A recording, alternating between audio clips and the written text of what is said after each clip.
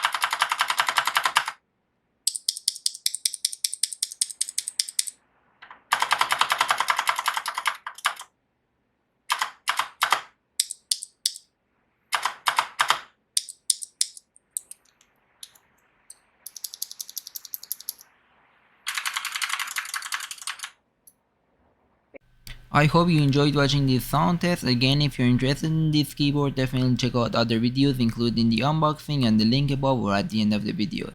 Thank you for watching and don't forget to like and subscribe.